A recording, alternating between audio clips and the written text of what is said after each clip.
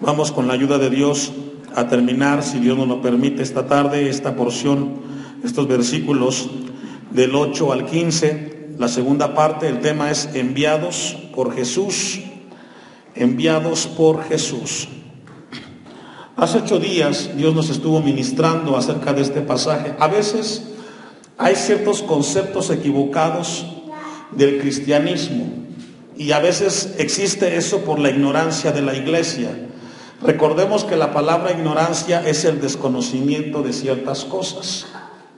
Cuando nosotros desconocemos algunas cosas de la iglesia del primer siglo o del mensaje de Jesús, con frecuencia cometemos muchos errores. Y es el tema que vamos a ver esta tarde en la última porción de este mensaje, que Jesús, cuando está enviando a sus discípulos, a sus apóstoles, en la primera misión para llevar a cabo la predicación del Evangelio, Él da instrucciones puntuales que tenemos que entenderlas a la luz de la palabra. Dice el versículo 8: sanad enfermos, limpiad leprosos, resucitad muertos, echad fuera demonios, de gracia recibisteis, dad de gracia.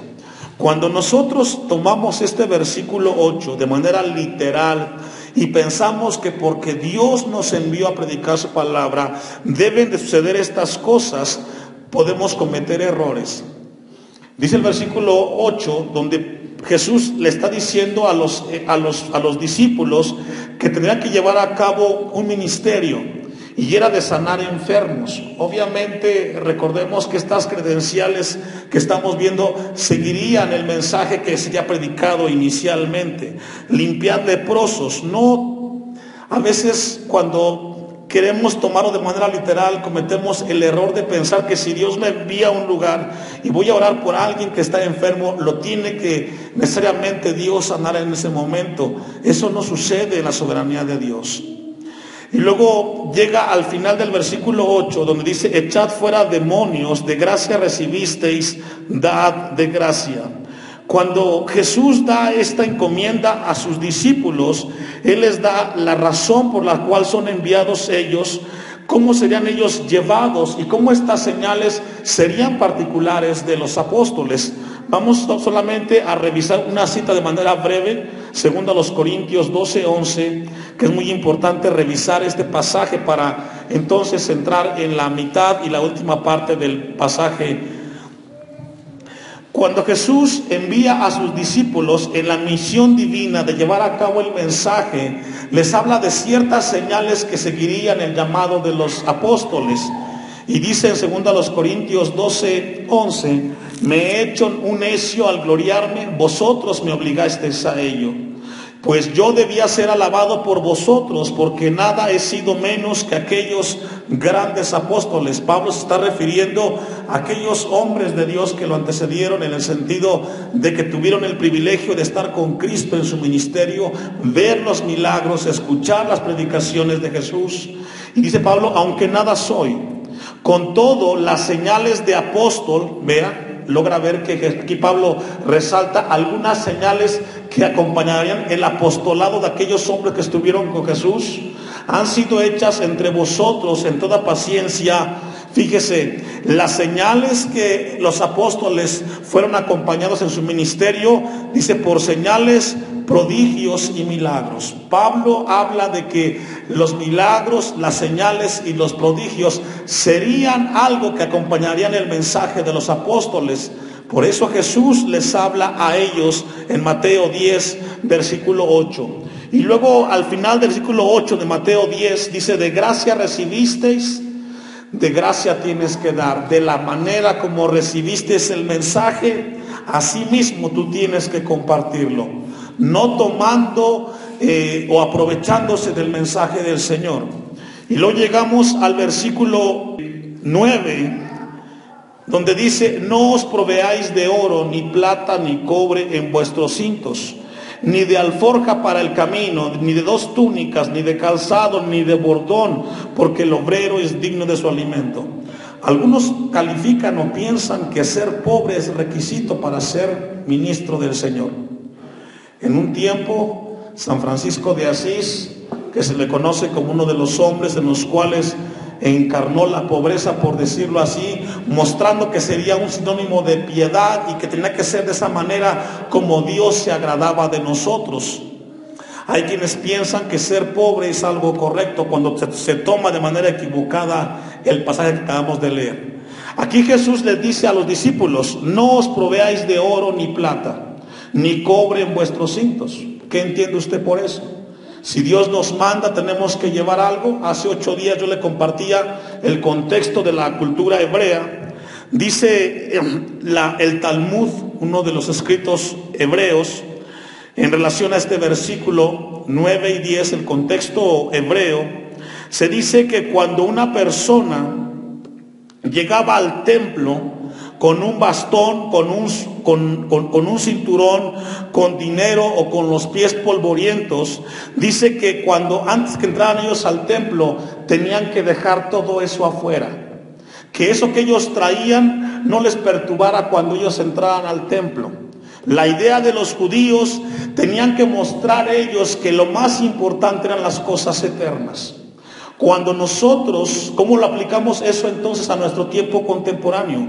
Cuando nosotros, Dios nos lleva o nos encomienda un mensaje, cuando entremos aquí al templo, lo que nos tocó vivir allá en el trabajo, lo que nos tocó vivir en la casa, en el negocio, se tiene que quedar allá afuera o aquí. A veces estamos en el templo nosotros y estamos pensando en aquello que dejamos pendiente. Yo les comentaba acerca de la ilustración de este hombre, que siempre que llegaba a la casa, afuera de la casa había un árbol. Y antes de entrar a la casa se paraba frente al árbol unos minutos y se quedaba ahí por un rato. Luego entraba a la casa y en una ocasión le dice la esposa: oye, ¿por qué haces eso? ¿Por qué antes de entrar a la casa te paras frente al árbol y comienzas a hacer no sé qué? Y este hombre le dice: lo que pasa es que durante el día tuve muchas ocupaciones en el trabajo. Tuve dificultades con los compañeros del trabajo. Tuve problemas cuando venía hacia la casa. Y yo entendí que los problemas de allá afuera se tienen que quedar allá afuera. Cuando yo entro a la casa, yo tengo que entender que tengo una esposa y que tengo unos hijos, que no tengo por qué llevarles mis problemas que tuve allá afuera. Por eso, antes de entrar, me pongo a orar y le digo a Dios: aquí dejo mis cosas, y cuando entre a la casa soy un esposo y soy un padre. A eso se refiere el texto. Que cuando Dios nos envía, no llevemos aquellas situaciones que nos están quejando. Por eso Jesús les dice a ellos: no os proveáis de oro ni plata, no lleven esos asuntos cuando ustedes prediquen de mí. Ni cobre en vuestros cintos, ni de alforja para el camino, ni de 2 túnicas, ni de calzado, ni de bordón, porque el obrero es digno de su alimento. Todo lo que acaba aquí de Jesús mencionar son ocupaciones temporales. A veces es triste que cuando algunos cristianos van a una casa a visitar y llevan el mensaje, se ponen a platicar sus problemas, sus necesidades de este mundo pasajero, cuando debe de ser importante hablar del Señor. Por eso Jesús nos llama que cuando Él nos envía, eso material, eso pasajero, se quede atrás. El mensaje tiene que ser sumamente directo. Mire lo que dice 1 de Pedro 5:1. Por eso es que cuando Jesús, en el tiempo de Cristo, antes de entrar los judíos al templo, tenían que dejar todo eso atrás. Cuando entraban al templo, tenían que dejarlo de manera literal para que no les estorbara en su comunión con Dios. 1 de Pedro 5:1: ruego a los ancianos que están entre vosotros, yo anciano también con ellos, y testigo de los padecimientos de Cristo, que soy también participante de la gloria que será revelada. Apacentad la grey de Dios. Aquí le está hablando a los líderes, pero también se puede tomar para los padres, que está entre vosotros, cuidando de ella, no porque dice, Las cosas de Dios no son obligatorias. Todo lo que hacemos de Dios, lo hacemos porque Él nos amó primero. Amén. Todo lo que hacemos para el Señor, lo hacemos como resultado de su amor hacia nosotros. Por eso Pedro dice, cuidando de la grey, no por fuerza, sino voluntariamente, no por ganancia deshonesta, sino con ánimo pronto. El mensaje de Pedro es que el cuidado de la grey tiene que ser voluntaria y de manera desinteresada. Ahora, ¿cómo lo llevamos al plano familiar? Hay padres que cuando están criando a sus hijos, esperan que cuando los hijos crezcan, ellos se ocupen de ellos. Y están esperando eso. No, la labor de padre tiene que ser desinteresada. Tú a tu hijo le apoyas y le das porque esa es tu función como padre. Si tu hijo cuando crezca y tiene el consejo de Dios y él decide responder con apoyo y con consejo, gloria a Dios. Pero tenemos que ser hombres que hagamos la labor de manera desinteresada y voluntariamente.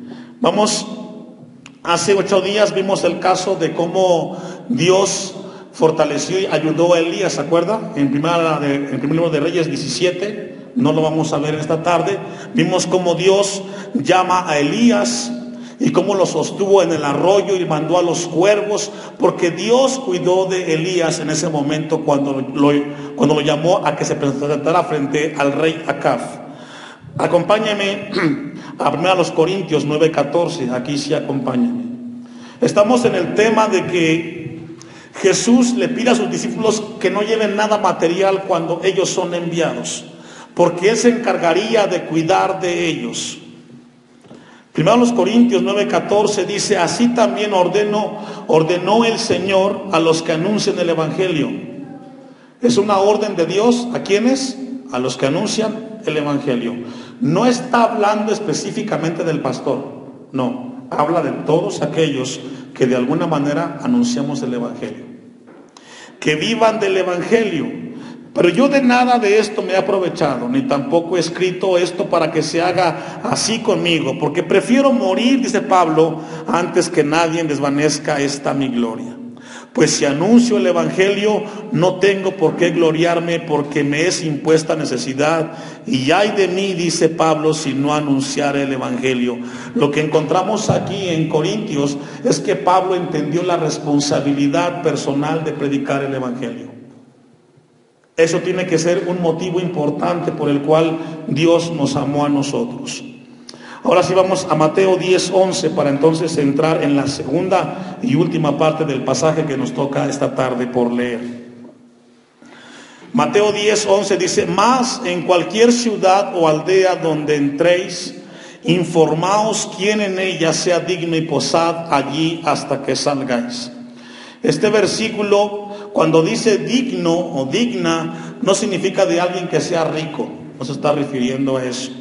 Estos son hebraísmos, tienen que ver particularmente con la cultura hebrea.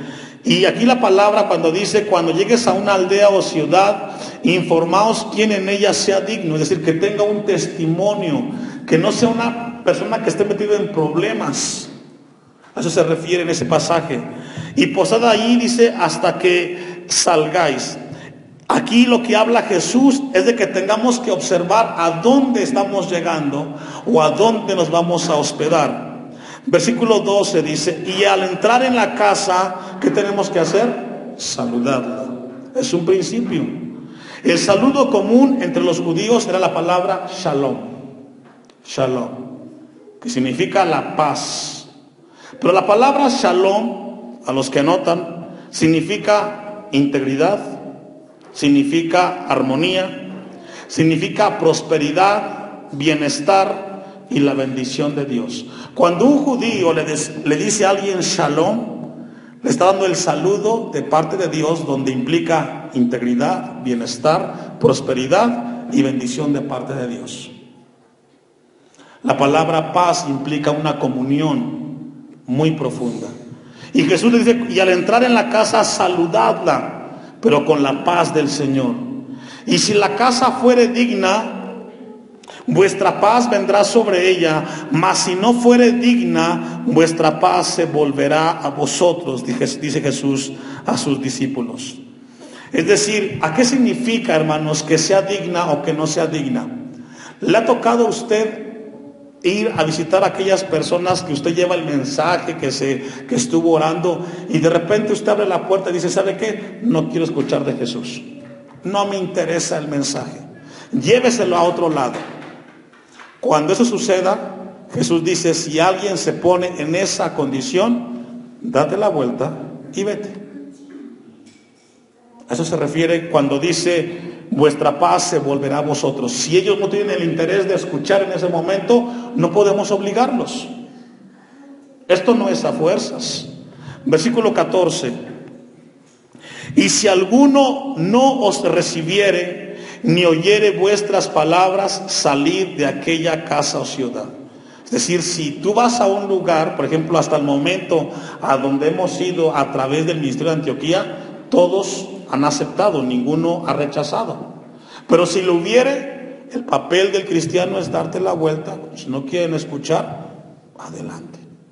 Ya nosotros cumplimos con llevar el mensaje. Si ellos no aceptaron, ya es cuestión de ellos. Jesús dice, si alguien no quiere recibirnos y no quiere vuestras palabras, ¿cuál es el consejo? Salid de aquella ciudad o de aquella casa, date la vuelta, no te conflictúes. Y sacudid el polvo de vuestros pies. Esa frase es una frase hebraica, sacudid el polvo de vuestros pies. Esa práctica o esa frase significa la separación de las prácticas gentiles. Cuando un judío llegaba a un lugar donde no era judío sino era un gentil, y él hacía esta acción de sacudir los pies, ellos dicen, yo no quiero ser como los gentiles. Lo hacían los judíos, es muy típico de ellos. Pero aquí el caso no son los gentiles, porque le está hablando a los judíos que vayan a visitar a las ovejas perdidas de Israel. Si logra ver el versículo el 5, está hablando acerca de eso. Cuando Jesús los envía a ellos, no los envió a los gentiles, los envió a los judíos. Entonces, ¿cómo entender sacudir el polvo de vuestros pies con los que son judíos? Significa que entonces ellos estaban eligiendo mal y que la oportunidad de escoger a Cristo la habían rechazado. A eso se refiere sacudir el polvo de vuestros pies. Como eran judíos, ellos estaban rechazando el mensaje del Mesías. Ellos estaban optando por el mal. Le ha tocado de repente que vamos a un lugar a visitar a una persona y esa persona conoce de Dios, sabe de Dios, pero está empecinada en no querer escuchar de Dios. La actitud, obviamente, no vamos a sacudir los pies, porque eso es algo típico de los judíos, no es nuestro. Simplemente te das la vuelta y te regresas. Es lo que significa el versículo 14. Ahora vamos al 15, que es donde concluye todo lo que está hablando Jesús a sus discípulos. De cierto os digo que en el día del juicio será más tolerable el castigo para la tierra de Sodoma y de Gomorra que para aquella ciudad. Pregunta, ¿por qué? Mire, hermano, es muy diferente llevar el mensaje a un lugar donde ya saben y conocen de Dios que a un lugar donde no conocen del Señor. Cuando Jesús menciona aquí Sodoma y Gomorra, está hablando de una destrucción total. Cuando Dios trajo el juicio a Sodoma y a Gomorra, fue total, los destruyó. Se recuerda que ahí estaba Lot y que Abraham intercedió por su sobrino y le dijo, Dios, si hubiera un justo ahí, si hubieran 7 justos, Señor, ten misericordia, no los destruyes. Pero no encontró ni siquiera 7 justos. Tuvo que salir Lot de ese lugar. Cuando Jesús hace referencia a Sodoma y a Gomorra, habla que aquellas personas que ya conocen y saben de Dios, el castigo será peor que Sodoma y Gomorra, porque ya sabes hacer el bien y no lo haces, es pecado.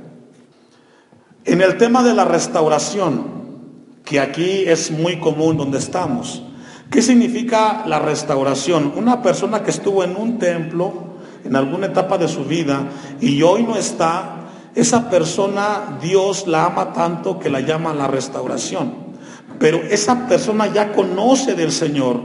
Sodoma y Gomorra representa una destrucción tan grande, pero aún Aquellos que sabiendo del Señor el mensaje lo rechazan, será un castigo mucho más grande que ellos, porque no habrá compasión por parte de Dios. Por eso Jesús les dice al final a ellos: de cierto os digo que en el día del juicio será más tolerable el castigo para la tierra de Sodoma y Gomorra. Y la pregunta: ¿fue tolerable Dios con Sodoma y Gomorra? Los destruyó, los extinguió de la tierra. Dice Jesús: será más tolerable eso para aquellos de esa ciudad, los cuales no reciben el mensaje de nuestro Dios. Vamos a ver una cita, 2 de Pedro 2:6. ¿Sabe usted, 2 de Pedro 2:6, sabe que Sodoma y Gomorra representan o son mencionados en la Biblia como los peores ejemplos de pecado en esta tierra, hermanos? 2 de Pedro capítulo 2 versículo 6. Y si condenó por destrucción a las ciudades de Sodoma y de Gomorra, reduciéndolas a ceniza y poniéndolas ¿de qué? De ejemplo a los que habían de vivir, ¿cómo, hermanos? Sodoma y Gomorra son mencionados como ejemplos de los peores pecadores. Cuando Jesús les menciona esto a sus discípulos, tiene en mente lo que el apóstol Pedro escribe después. Así, y si condenó por destrucción a las ciudades de Sodoma y de Gomorra, reduciéndolas a ceniza y poniéndolas ¿de qué, hermanos? De ejemplo. Es un ejemplo de dónde y hasta dónde puede llegar la ira de nuestro Dios cuando es rechazado el mensaje de Cristo Jesús. A los que habían de vivir impíamente. 7. Y libró al justo Lot, abrumado por la nefanda conducta de los malvados. Sodoma y Gomorra, hermanos, hablar de estas dos ciudades es hablar de un pecado totalmente que Dios no lo puede aceptar. Por eso cuando Jesús le dice a estos hombres que sería el juicio peor que Sodoma y Gomorra, eso debe de estremecernos cuando a nosotros nos toca llevar el mensaje y la gente no quiere escuchar. Yo le decía, en este lugar donde estamos en Timilpan, yo estoy seguro y convencido de que Dios quiere que prediquemos la palabra. De la salvación solamente Dios lo va a hacer. El deber de la iglesia es llevar el mensaje. Y si en algún momento alguien no quiere, con mucho gusto nos damos la vuelta y nos regresamos. Pero no dejamos de orar por Timilpan, lo hacemos siempre, porque a eso nos llamó Dios. Quiero concluir con esta historia de manera verídica, hermanos. Era un hombre en Estados Unidos que fue a buscar una de las iglesias más importantes de Estados Unidos porque él quería ser misionero, y llega con el hombre de Dios responsable de misiones, y cuando él llega se da cuenta el hombre de Dios que este hombre no tenía una pierna, y le dice el hombre de Dios: ¿qué es lo que quieres? Y le dice: quiero que me contemple como misionero. ¿A dónde? Quiero ir a África. ¿Por qué? Porque Dios me llamó. Y este hombre le dice el hombre de Dios: ¿sabes qué? Vete para tu casa y ponte a orar y luego regresas. Y el joven vuelve a regresar al lugar con el hombre de Dios. A la semana vuelve y le dice: otra vez estoy aquí, quiero que me envíe porque quiero ser misionero. Pero fíjate cómo estás, no tienes una pierna, andas con muleta, allá donde vas a ir no vas a poder tú servir al Señor. Y se fue, otra vez lo despidió. A la tercera vez, este hombre de Dios encargado de misiones, molesto, le dice: ya te dije que tú no puedes estar, dame una razón sustentable en la Biblia por la cual tú quieres ir a predicar la palabra a África. Y el joven lo mira a este anciano y le dice: ¿sabe por qué quiero ir? Porque los que tienen 2 pies no quieren ir. Y es cierto. Los que tenemos salud, los que tenemos pies y los que podemos ir, no queremos. Y es un ejemplo, hermanos. Póngase de pie, vamos a darle a Dios gracias por su palabra.